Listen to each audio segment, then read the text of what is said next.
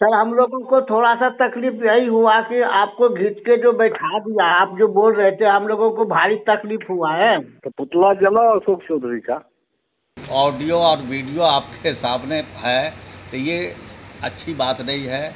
किसी भी मिनिस्टर के लिए इस तरह का कृत्य करना अच्छा नहीं। क्या आपने मंत्री पे कार्रवाई करेंगे? पार्टी स्तर पर कार्रवाई होगी रत्नेश सदा? नहीं, बात करेंगे।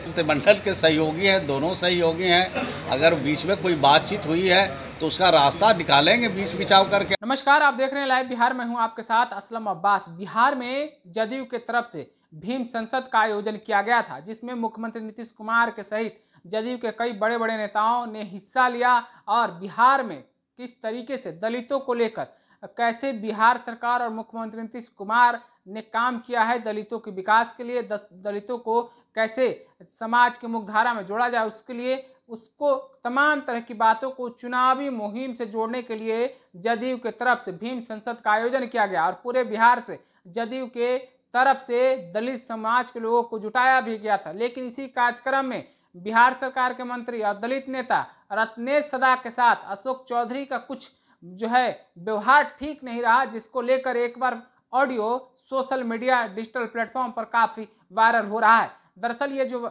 ऑडियो वायरल हुआ इसकी पुष्टि लाइव बिहार नहीं करती है, लेकिन ऑडियो जो वायरल हो रहा है उसके मुताबिक बिहार सरकार के मंत्री रत्नेश सदा अपने ही मंत्री यानी कि दूसरे मंत्री अशोक चौधरी के बारे में बोलते हुए नजर आ रहे हैं और कह रहे हैं कि उनके खिलाफ लिखिए, उनके खिलाफ में नारेबाजी कीजिए, प्रदर्शन कीजिए। इसी सवाल को लेकर जब बिहार सरकार के मंत्री श्रवण कुमार से पूछा गया तो उन्होंने कहा कि अगर इस तरीके के ऑडियो वायरल हुए हैं तो पार्टी देखेगी। इस तरह की अगर ऑडियो वायरल हो रहा है तो इस पर पार्टी अंदर से गौर भी करेगी और कार्रवाई भी करेगी। साथ ही साथ उन्होंने कहा है कि मैंने अभी तक नहीं देखा है। तो श्रवण कुमार इस वायरल ऑडियो पर क्या कुछ कह रहे हैं, जरा सुन लीजिए।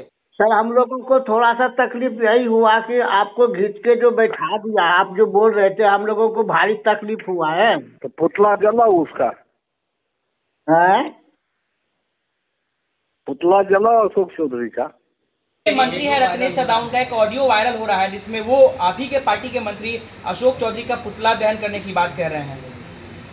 हमने देखा नहीं है, लेकिन अगर ऐसी कोई बात कही गई है और कई ऑडियो और वीडियो आपके सामने है तो ये अच्छी बात नहीं है।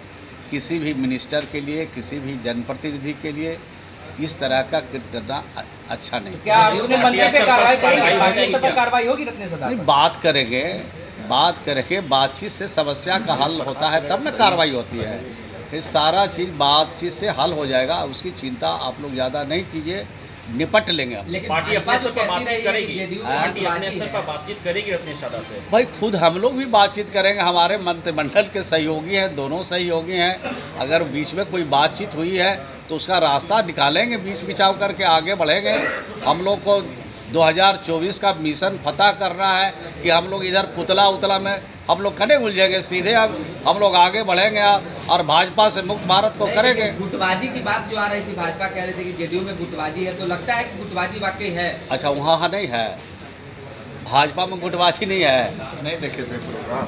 भाजपा में मोदी जी बेचारे को एकदम किनारे कर दिया कि कौन गुट हो गया, रविशंकर जी को अलग थलग कर दिया, कौन गुट हो गया।